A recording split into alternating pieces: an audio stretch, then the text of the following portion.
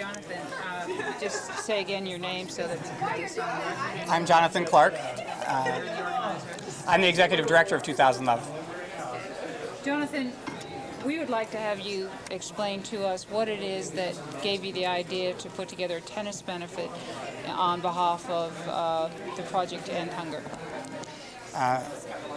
I've been involved in tennis for 16 years now, and my partner Graham Stillwell and I decided we wanted to give something back to the game since we had gotten so much out of it.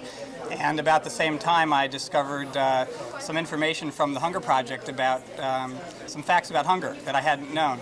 And Graham and I decided to put together a little tennis event in order to raise money for the Hunger Project to support the work that they were doing. What kind of information about hunger that you didn't previously know did you learn that inspired you to do this? And start with the sentence. The information I learned from the Hunger Project was that 35,000 people die every day of hunger, and that just seemed shocking to me. It was totally unacceptable, and I had no idea that was taking place. And then through the Hunger Project, discovered that what I thought of as hunger was that 10% of the people was that people died of famine. Because the only thing I ever saw about hunger was people dying on TV. And through the Hunger Project, discovered that that only accounted for 10% of the deaths due to hunger. And actually 90% were caused by what would be chronic persistent hunger, chronic malnutrition. And I never knew that before. And it seemed to me that the solutions that we had going on in the world at the time, which were to feed people, was insufficient to what the real problem was. That was going to handle the 10%, but what about the 90% of the people who were dying from simply didn't have the wherewithal to feed themselves? Okay, next question. What you did then was that you said, my contribution as a tennis pro is that I can use my professional talents to serve as a fundraiser, as a benefit for this activity, and therefore you decided that, in a sense, you as an individual could make a difference. Can you tell us something about how you think your example can be used by others to make a difference for this issue? Where I came into this, I want to stop for a second. Stop, okay, retake. You can think about it. You can tell us anytime you want to stop and think. Okay. Ask me the last part again. Okay, the question is how you feel that your example of using whatever particular talent or profession you have can be an example to others. I noticed that in teaching tennis that people paid more attention to me when I was teaching them tennis than when I was talking about politics or the economy or anything else. And that through the 16 years I've been teaching tennis is when people are having fun, they listen more. They're more involved in whatever it is that's going on. And so we thought we'd kind of put together the whole idea of having people have fun, doing what they were already doing in life that was that they were good at, and actually making a difference for other people at the same time. And naturally for me, since I was already a tennis pro, the next thing to do was to get people involved in ending hunger through tennis. Are you prepared to use your example of applying your own talents and experience for this type of a project? Are you prepared to go and serve as a leader to other people in other professions to inspire them to do a similar kind of directed effort towards this particular need in the world? Yes, in fact, that's one of the things that's. Oh, sorry. Okay. I can now see that what's happened with this event is that where I started in having tennis get people involved in ending hunger, that now there's people from all different professions who have gotten involved in ending hunger with using the profession that they're good at. Like we have a person who is in radio, and he's donated his time to do public service announcements for ending hunger. And he's using what he's good at. In fact, last night he was talking about how great it was that he could use what he had the most fun at and what he was good at to make a difference for other people. And we now have corporations who are donating funds to ending hunger. They still get the advertising benefits that they would get, but now they're doing it and it's making a difference at the same time. So everybody wins in this. Okay, let's stop for a second. I'm just going to actually give the answer right now. Or that I think that I think I could serve as an example, something like that. Okay, ready? Yeah, anytime. Roll. What I've gotten out of, oh, sorry, stop, sorry. I've noticed in this event that I've been serving as an example to people. And though it wasn't necessarily my intention to start out that way, people have come up to me and told me how they've now gotten involved in ending hunger or in helping with teaching people to read. But that people have started taking on projects in their lives out of watching me go from just playing tennis to all of a sudden setting up an event where world leaders are involved and 4 of the top 10 players are involved in ending hunger. I'm honored to have been an example like that. End hunger.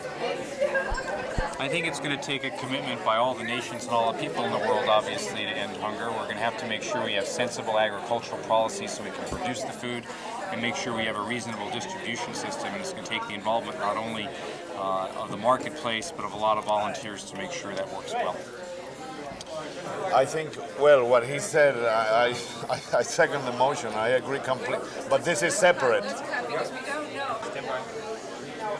I think to end hunger, of course, first I know that it's possible. And it's going to take the commitment, a worldwide commitment of all the nations to really make it a priority on the economic and political agenda. More people die of hunger than of anything else in the planet, 35,000 people a day. So it's time that all the nations and the people like you and me get together and make that commitment so that the governments make it a priority to end hunger by the year 2000. Does it make it easier, does an event like this make it easier to achieve our objective of ending hunger? Or how does an event like this make it easier to achieve our objective? And remember, you have to start with a complete sentence. Right. Okay, let me start with you. An event like this is an entree. It's an entree because there's a common vehicle that we have to participate in. So we come out here and we all play tennis, and we all love to play tennis, and it's held inside the context of ending world hunger. It's a great way to network and to make relationships and to really for people to be able to speak their commitments to each other and align so that we can go back further down the road and participate with each other in what we're committed to. Okay, let's take how do you think an event like this makes it easier? An event like this is very important because now what's needed, we have the solutions to end hunger, we have the agricultural know-how, we have everything in place to end hunger in the planet. What's needed is to bring it out to the people. An event like this communicates and informs the public that there are a lot of people committed to end hunger, and by informing them, they join the cause, they join the mission of ending hunger in the planet. So it's important. Publicity and communication and enrollment is the more important thing now to end hunger in the planet, and an event like this does that.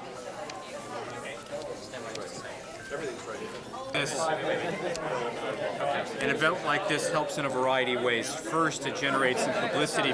Retake. An event like this helps in our way to achieve our objective.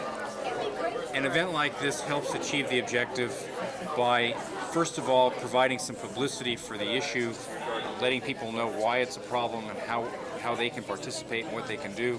It establishes a variety of relationships that will be ongoing among people who are committed to work in the project from now until 2000. May I ask, thank you. Can I ask you if the issue of hunger a higher political priority than it has in the past, and in particular the issue of chronic persistent hunger as opposed to the more dramatic issue of famine, okay? You got it ready to roll? I am. Okay. How do you think that we can achieve a higher political priority on the question of famine, and in particular the issue of hunger, and in particular the issue of chronic persistent hunger? I think it's something that's going to have to be addressed by raising. Oh, yes, right. The issue of hunger in its chronic form, not just episodic famine, but chronic hunger in many of the, especially developing countries of the world, is something that will have to reach a higher political profile by dedicated people raising it to that profile. In the United States, hunger is not a serious problem with minor exceptions. And it's important that we not forget that in many countries of the world it is. Many people go to bed each night hungry, malnourished, and it's time that we did something about it. Okay? Okay, thank you very much. Here we have people that have flown in from all over the world to be here this evening. We have obviously prominent politicians, business leaders, and people from the hunger community that are here, and it's just a great honor to have everybody here. I'd like to take a small opportunity to introduce a representative from the Hunger Project that's going to welcome everybody. Her name is Catherine Parrish. She's the Managing Director of the Hunger Project in the United States, and she's a great person. Catherine, she's going to play with us tonight too. Great. Hi. Good evening, and thank you. For those of you who never thought you'd be at a tennis event for the end of hunger by the year 2000, I join you in that. And welcome. Playing tennis may not seem related to the end of hunger, and yet in many ways you could say that it is. For hunger to be ended by the year 2000, we simply need to rally. That was a pun. Yeah, great. We need to hit a few aces, have a few love scores, and get the word out that hunger can be ended, that the individual makes the difference, and that if we make this a priority, we can win the match finally by the year 2000. So thank you for being here. I look forward to being with you on the courts, and let the play begin.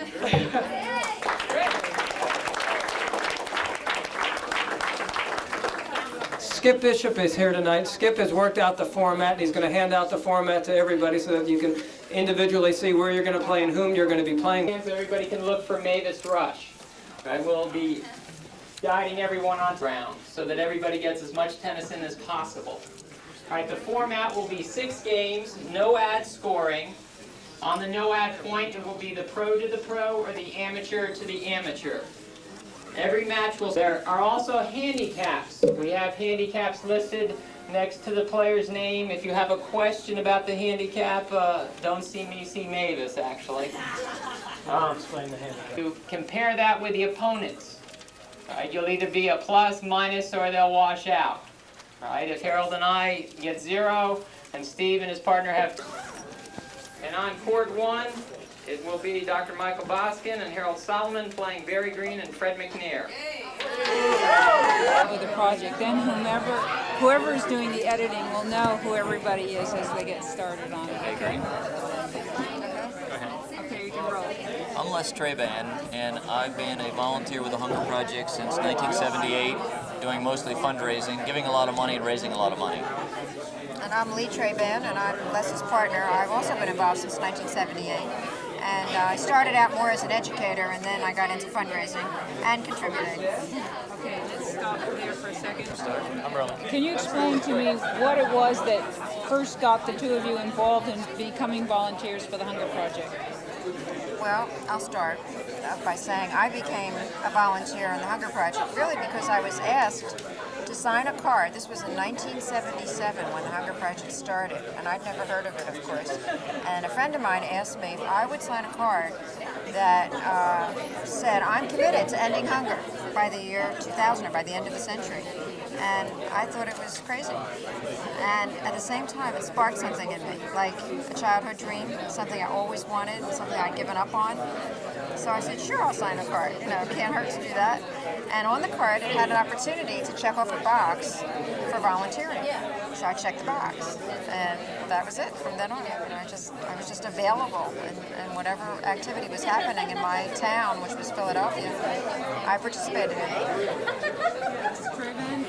Well, I got involved in the Hunger Project in 1978 because a friend of mine was really involved, and I trusted the guy, and he said they were going to have a meeting, and what I thought he said was, given that I had done fundraising in other organizations, Rotary Club and this, that, the other, I thought they wanted my good ideas on how they help them fundraise.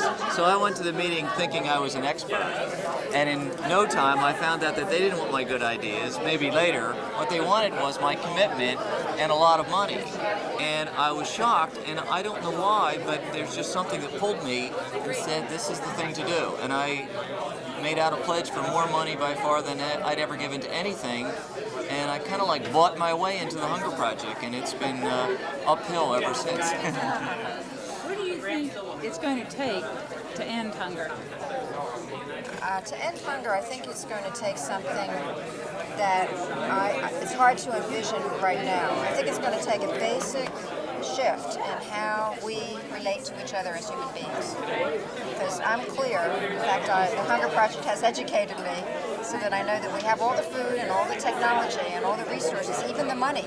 It's just that the money is not being directed towards that. So what it's going to take is to have us human beings see it as a priority and demand it, because it affects our lives. It's not happening outside of us, over there somewhere to those poor unfortunates, not at all.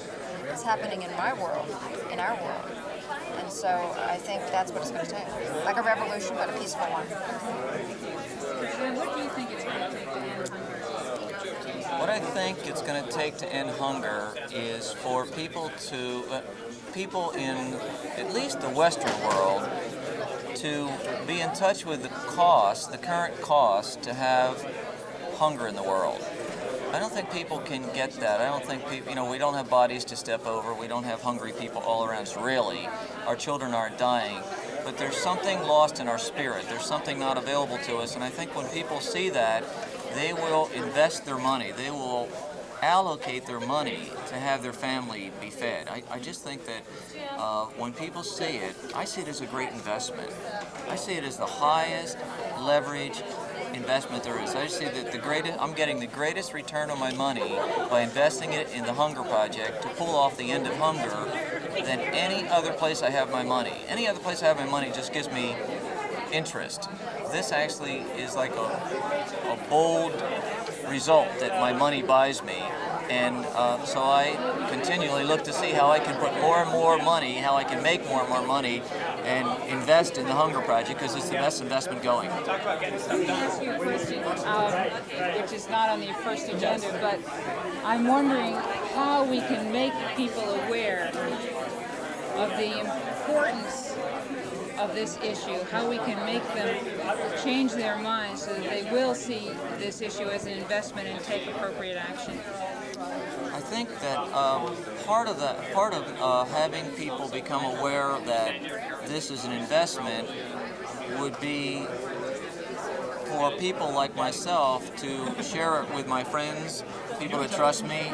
I'm an insurance man, so say the insurance community where I have a good reputation, that this is a place for individuals and corporations to put their money where you'll get the best possible return. So I think it's really raising the consciousness that this actually is available. For me, if you were to be around me much, you would see that I'm getting a lot out of this. That this really is a good investment. I'm not making it up. It really is a good investment. It's not like I have got a good interpretation of it, and you should use my interpretation. If you saw it, you would say I have a great interpretation. I live that way. And many of my friends do. So it's kind of like smart money is when people are putting their money in the Hunger Project and they sleep better at night, they have more sense of being global, more in touch with love for other people, not so angry and sensitive and uptight about money issues. And I think that you probably spend less time on a psychiatrist's couch, and when it'll come down to things like that. Thank you.